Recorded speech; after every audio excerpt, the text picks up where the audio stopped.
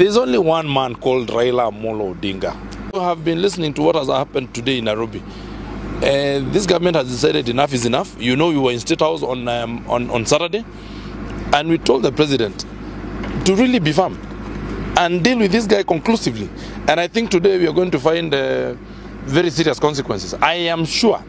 Nilikuambia kwamba watu walikuwa nangojea Raila Amolo Odinga akuje address nchi ya Kenya kuhusu hii mambo ambayo inafanyika hapa nchini Kenya saa hii, mambo ya vifo, mambo ya abduction, mambo ya extrajudicial killings za serikali ya William Samoei Ruto himself.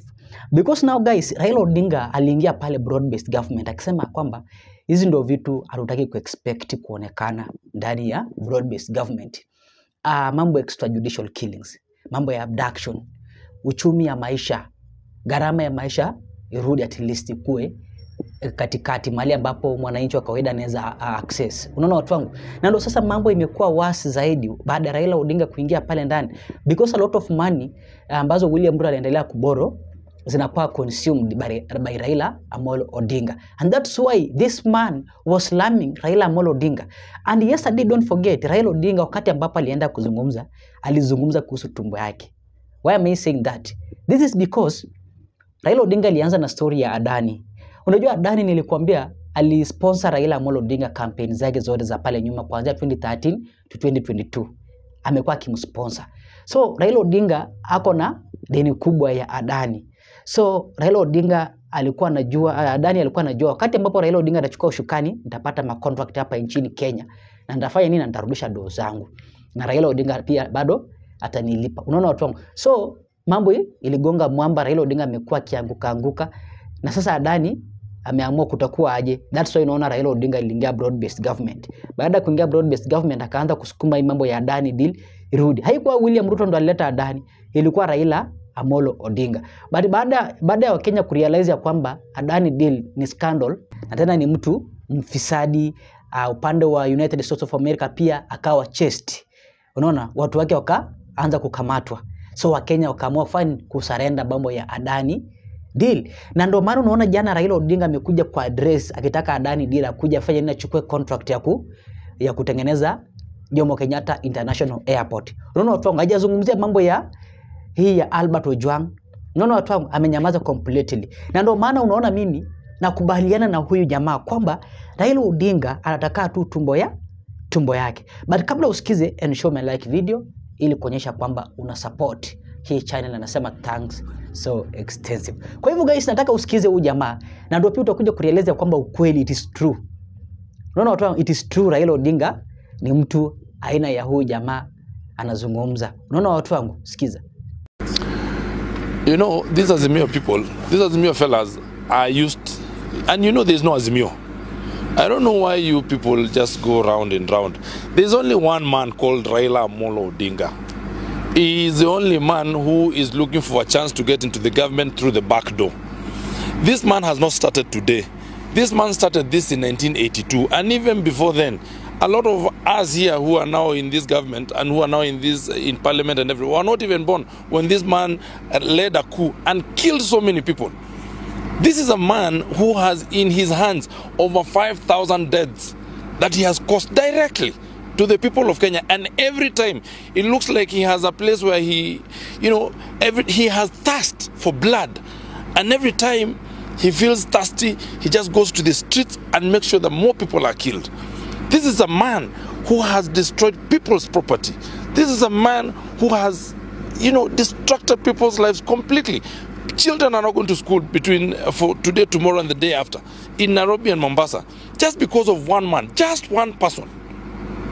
And this man, his greed for power cannot be satiated. You cannot satisfy his greed for power. And he just wants to hear people talk about him. In fact, I am told that now he considers himself deaf because he does not hear himself being talked about. And every time he doesn't hear himself talked about, he goes to the streets so that we keep talking now. He just wants to be praised and talked about. This is a man who can use his own mother's skin to make a drum, so just so as to sound his praises. He's just a difficult man. We cannot even continue talking about him. So what we have done, And I hope you have been listening to what has happened today in Nairobi. This government has decided enough is enough. You know, we were in State House on Saturday, and we told the president to really be firm and deal with this guy conclusively. And I think today we are going to find very serious consequences. I am sure. You know, and I keep saying that all governments are phallic. This government has now assumed the phallus, the size of a phallus, and Raila Odinga is going to be feeling pain in some parts of the body very soon. Yes. We have suffered for the longest time, for 40 years. Somebody told us that we are going for Canaan. In 2002, this man rose. Akasimama hapo. Akasema tunaenda Canaan. Sisi Waluya, mtoto wetu wa Maru akakufa. Canaan tukaisahau. 2013, when Uhuru Kenyatta was coming in, huyu mzee anaitwa Raila Odinga akatuambia hapana, tumufuate atatupeleka Canaan. Kweli tulimpigia kura, akaingia broad based government. Alituletea nini? Akatuletea zero. Kwao akapeleka uwanja wa ndege.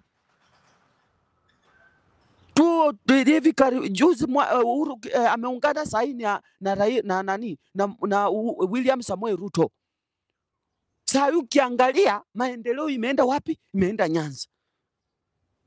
Mimi nikiambia Waluya from Busia, Kakamega, Vihiga, Bungoma, kuwa lazima tuungane, kaunti zote 5 tuungane nyuma ya mtoto wetu George na atembea. Watu wananiambia mimi niache kuongea maneno ya kuungana ya Waluya. Mimi nataka kuambia jamii yetu tuachane na mtu anaitwa Raila Odinga.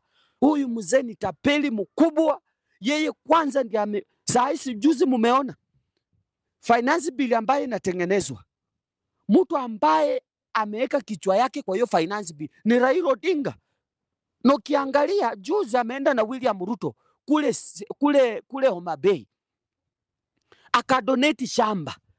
Hiyo shamba ni ushuru yetu inaenda kumulipa. Raila Odinga anataka sisi tulipwe na pesa sisi tukue tunamulipa. Amedonate shamba. Raila Odinga amepewa pesa na ushuru yetu, pesa ambayo sisi tunaifanyia kazi kwa makampuni tukikatwa. Raila Odinga anajibenefit na broad based government. Ati tukiongea hivi sisi ni wabaya. Kama wanasema hivi ati Raila Odinga alidonate hiyo shamba for free, watuonyeshe title deed ya hiyo shamba. Serikali ichukue hiyo shamba ikuwe na title deed na watu wataingia kwa hiyo wasilipe. Raila Odinga should stop maintaining us, my friend. We know this mzee, huyu ni broker wa kawaida, tumemjua na tumekuonea 18 round hii.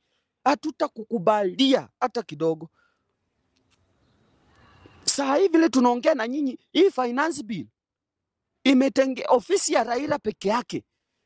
Ofisi ya Raila pale Harambee pale hapa Hill imetengewa 4.2 billion.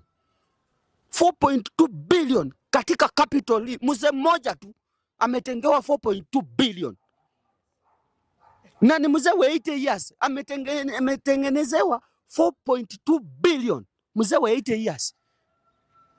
Na bado nikiambia watu maendeleo inaenda Nyanza. Juzi mumeona wakisema soko wanatengeneza ya 2 billion. Soko ya Nyanza tu pale Homa Bay. Kule Siaya. Siaya imewekwa 2.2 billion.